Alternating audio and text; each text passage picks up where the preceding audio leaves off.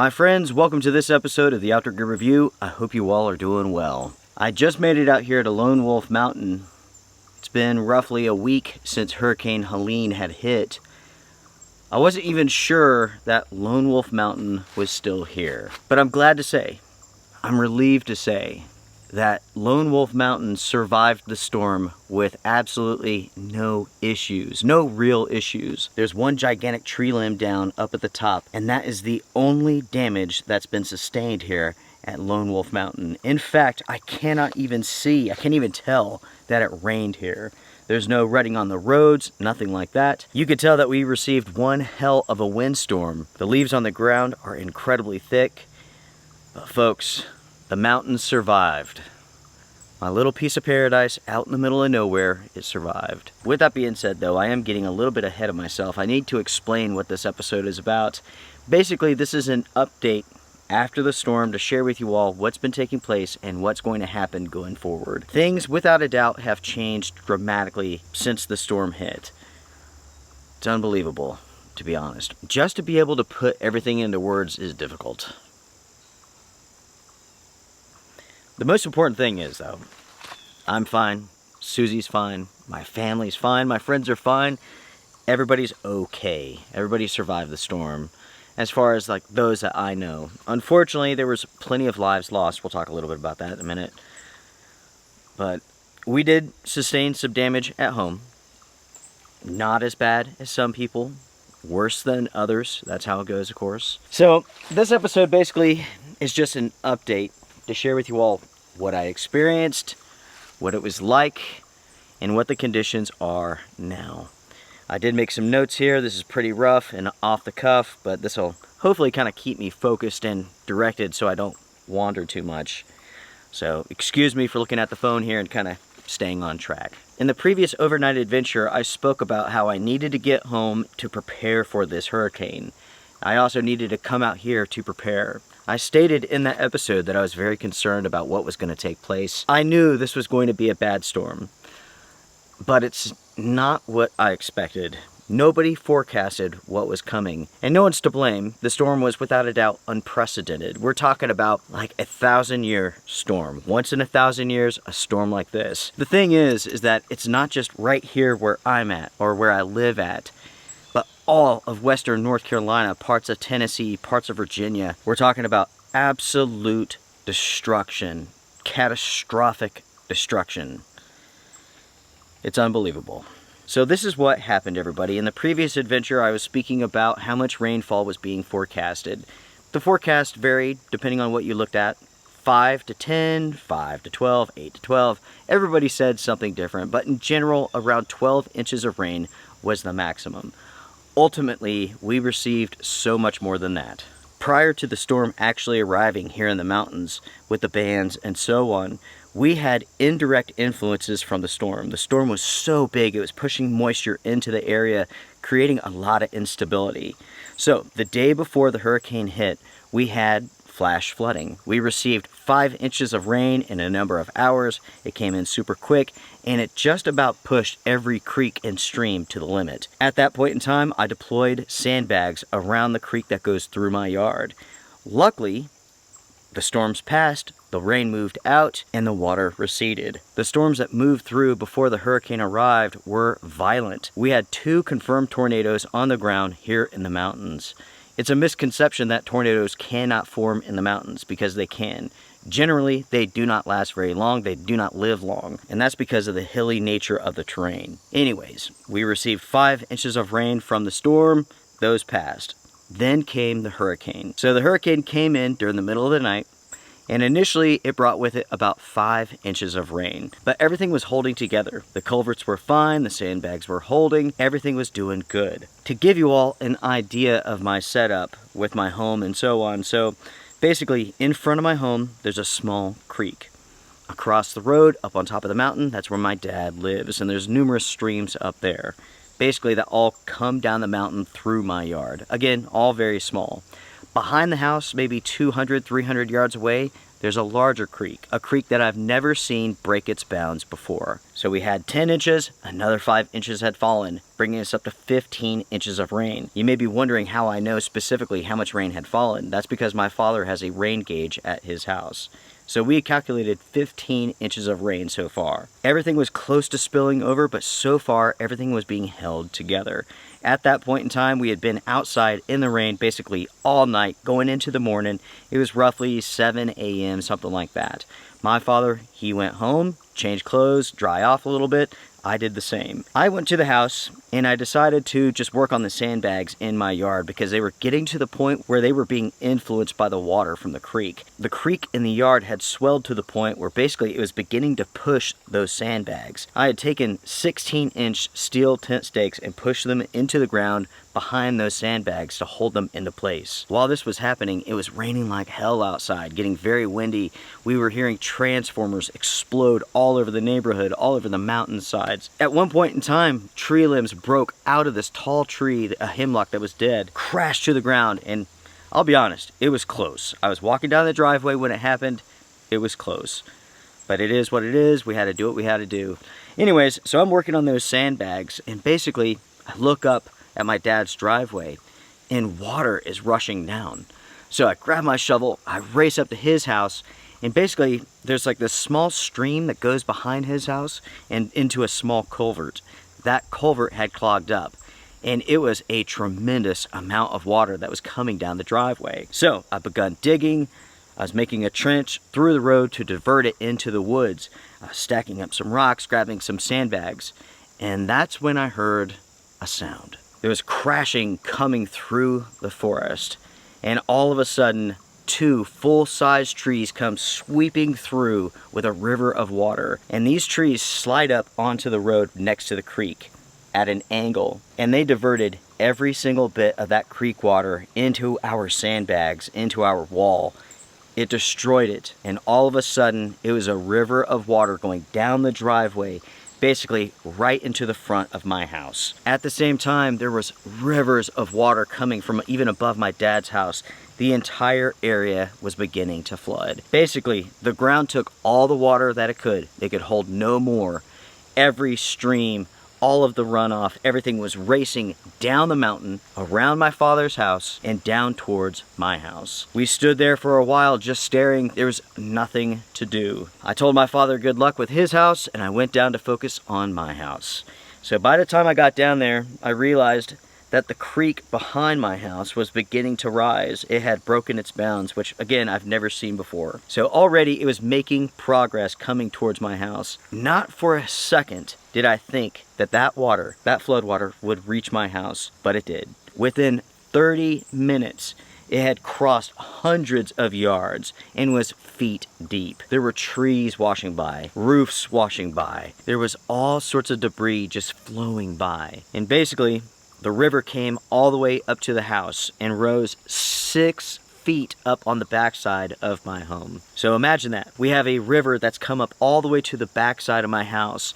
We have an unbelievable amount of water coming down the hill from my parents' house, from my dad's house, going right to the front of my home. The yard had a foot of water in it, right? That's how deep the floodwaters were in the front. I had enough time to move our vehicles out of the way and save them so that they did not get destroyed. 30 seconds later, a minute later, it would have been too late. Okay, so at that point in time, who knows how much rain had fallen. The calculations right now, nobody really knows for certain. I've heard 2 different estimates. One person said like 18, 19 inches. I heard someone else say 22 inches. Nobody knows for certain exactly how much rain has fallen, but there are going to be some estimates. Speaking of which, the news is sharing right now that over 40 trillion gallons of rain has been estimated to have fallen in the southeast United States from this hurricane. That's enough water to fill the Dallas Cowboys Stadium 51,000 times. That's enough water to fill 60 million Olympic-sized swimming pools. Ultimately, I have no idea how much rain fell, but I can tell you all this. Nobody had ever seen anything like it before. Without a doubt, the flooding, the rain, the mudslides, the destruction, all of it is unprecedented. To wrap up my experiences with the storm, The rain was coming down, everything was flooded. We came within like 2 inches of water going to the inside of my house. But right as it was beginning to crest the porch to come in, the storm had passed and the rain had ceased. It was unbelievable, everybody. I mean, it really was. We came so close. Now, with that being said, we did suffer some pretty major damage and whatnot. I hate even talking about it because it's nothing compared to some people, but basically everything in the basements was destroyed. I lost all of my tools with the exception of a shovel and a DeWalt chainsaw. This chainsaw, I got it out of the mud today. It had been floating in 6 feet of water. And guess what? It works. My gas-powered chainsaws, trashed. This little thing here keeps on working. I'm gonna use it in a minute to saw up that tree up there. It's unbelievable. Let's see, everything in the basements was destroyed, lost all of my tools and all that stuff. We have a detached office. Everything in there was destroyed. It was, I mean, the amount of water inside of it was amazing. It's still standing, we will fix it, no big deal. I mean, it is a big deal, but you know what I mean. In the grand scheme of things, it's gonna be fine. The damage to the surrounding area around the house is catastrophic. The landscape has been altered. The creek that went under the roads through my yard and all that stuff, all of the culverts have been destroyed. The creek now flows over the ground through my yard out into a field. It's been completely diverted, doing whatever it wants to do, going where it wants to go. We have a waterfall in the middle of my yard right now. And again, there's nothing to be done until FEMA comes through. Basically, the county has done their assessments, but they cannot do anything until FEMA does theirs. FEMA ultimately has the call. They make the calls. They're going to decide how all of that is going to be fixed. We, of course, lost power. We also lost water, namely because the water heater had floated, twisted, and basically tore up all the plumbing underneath the house. Luckily, we did get that part fixed. No hot water, no drinkable water, but we did have cold water coming into the house, which that was super nice. Power was out for us for roughly 2 days. And, I mean, just by pure luck, we have power when nobody else really does. The entire neighborhood behind our house, no power. People on the other side of the road, no power. We had cold water coming into the house that we could not drink, but we could boil it. And because we had power and power stations, I was able to charge up all of the power stations and hand those out around the neighborhood. For those that do not have generators, they now have a power station that they can use, and as soon as it's depleted, it comes back to me, I charge it, and we play that game of giving it back and forth.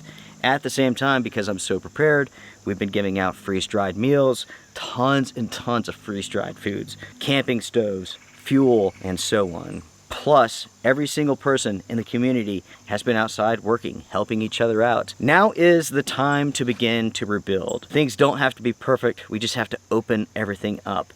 And folks, we've done it.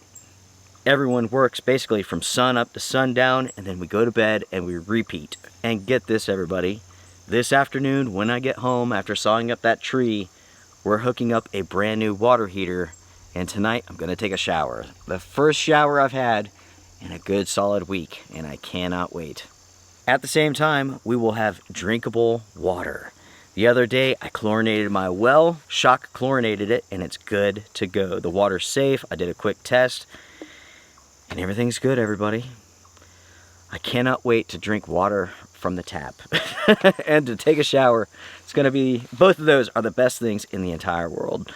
So we have power, we're gonna have water, hot water, I could take a shower. The internet's out in the area, I don't know when that'll be coming back on. Everything is so destroyed, so messed up. Roads are buckled or washed completely away. I wanna say the last estimate that I heard was that 75% of the culverts and bridges in the area were destroyed. I want to say it was like 6,800 miles of power line had to be replaced. We're talking about hundreds of power poles and so on. So, you know, with Susie and I, there was some destruction, but at the same time, it's nothing compared to what other places, other people received, what they experienced.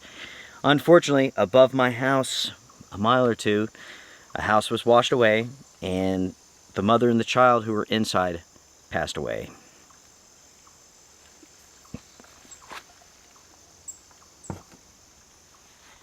The last thing I heard was, 160 believed to be dead, 600 people missing. The rest of our family, everybody's doing good. Everybody has power and water. Most don't have internet, but that's pretty minor in the grand scheme of things. So as far as my family goes, everybody's doing great, and Susie and I, we're doing great as well.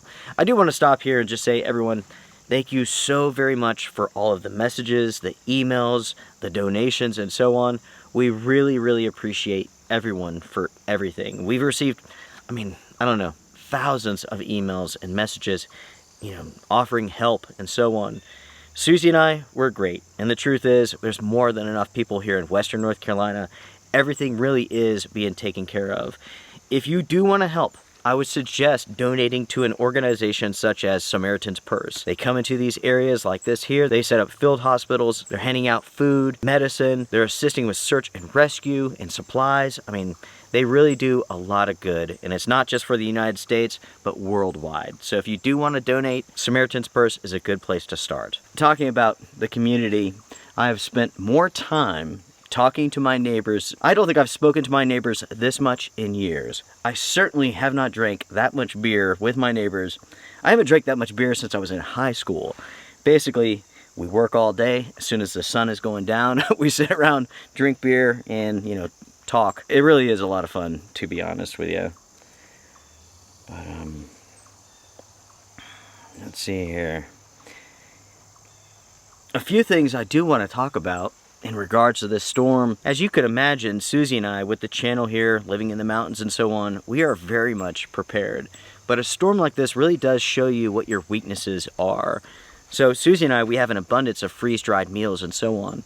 And we also have a lot of freeze-dried foods, individual foods. And what we realized was, when it comes time to rehydrate the individual items, not making meals, but items, to make a meal, so much water is required, so much energy. It's not the same as adding water to a backpacking meal. A lot of items that are freeze-dried have to be submerged in a bowl of water or steamed for a certain amount of time. Again, a lot of resources, a lot of energy, resources and energy that you may not have. When you have no water, when you're having to boil water, you don't really consider all of that. You don't consider it until the time comes, and then you realize this just does not make any sense. You cannot use that much resources, that many resources, to make a chicken thigh or something like that. At the same time, you could try your best to be prepared as far as water goes, but you really cannot store enough water. Water goes incredibly quickly when there is no water source, when it's contaminated. So we're talking about drinking, brushing your teeth, washing your face, cleaning up, so on and so forth. You'll go through so much water so fast. So that is something that needs to be considered. How are you going to take care of that water and treat that water so you can use it? If you're boiling it, you have to consider how much fuel that you will use to get it to a point where it can be consumed, where it can be safe. So, without a doubt, Susie and I, we've had some eye-opening experiences for sure.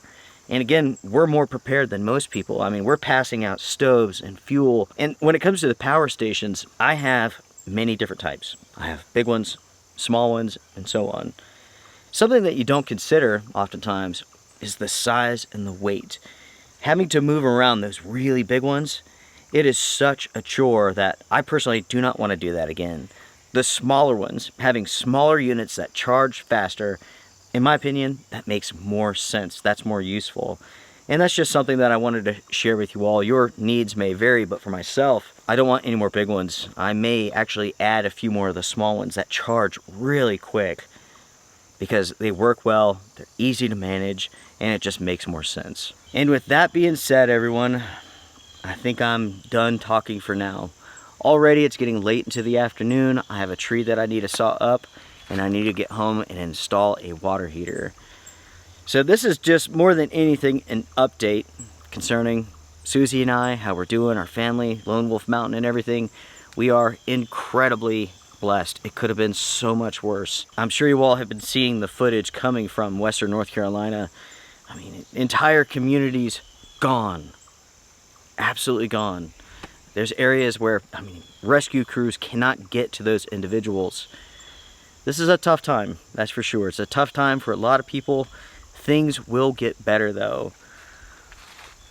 And I just want to say thank you to everyone. Thank you so much for watching this video, for caring enough to watch this video.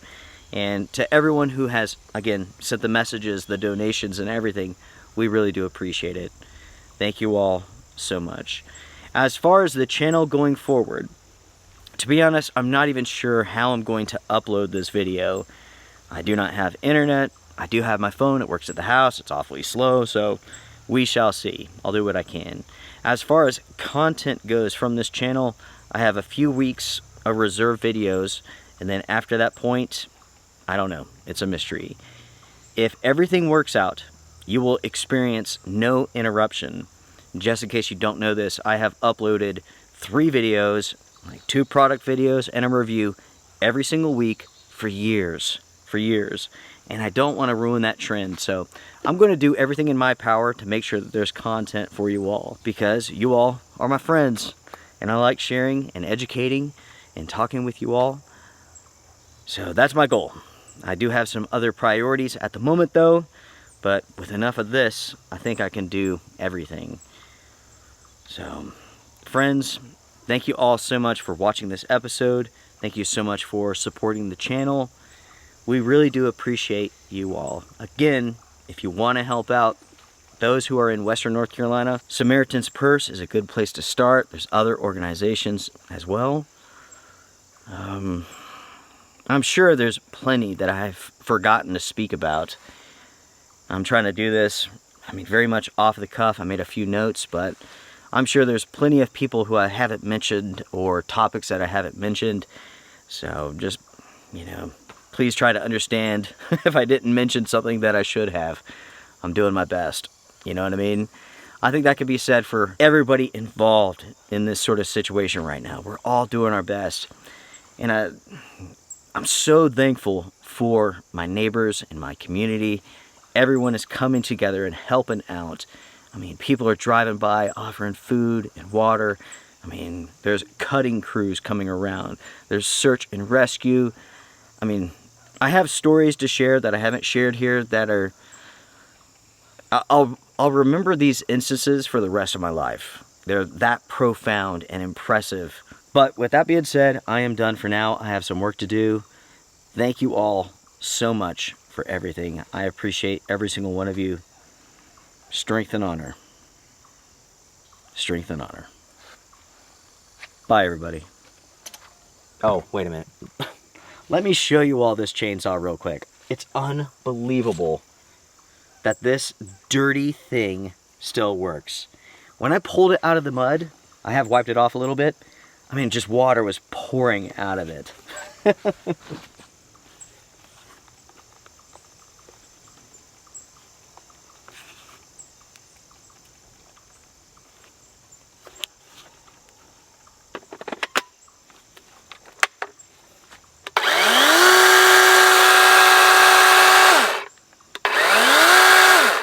Isn't that amazing? Unbelievable. Strength and honor, everybody. Take care.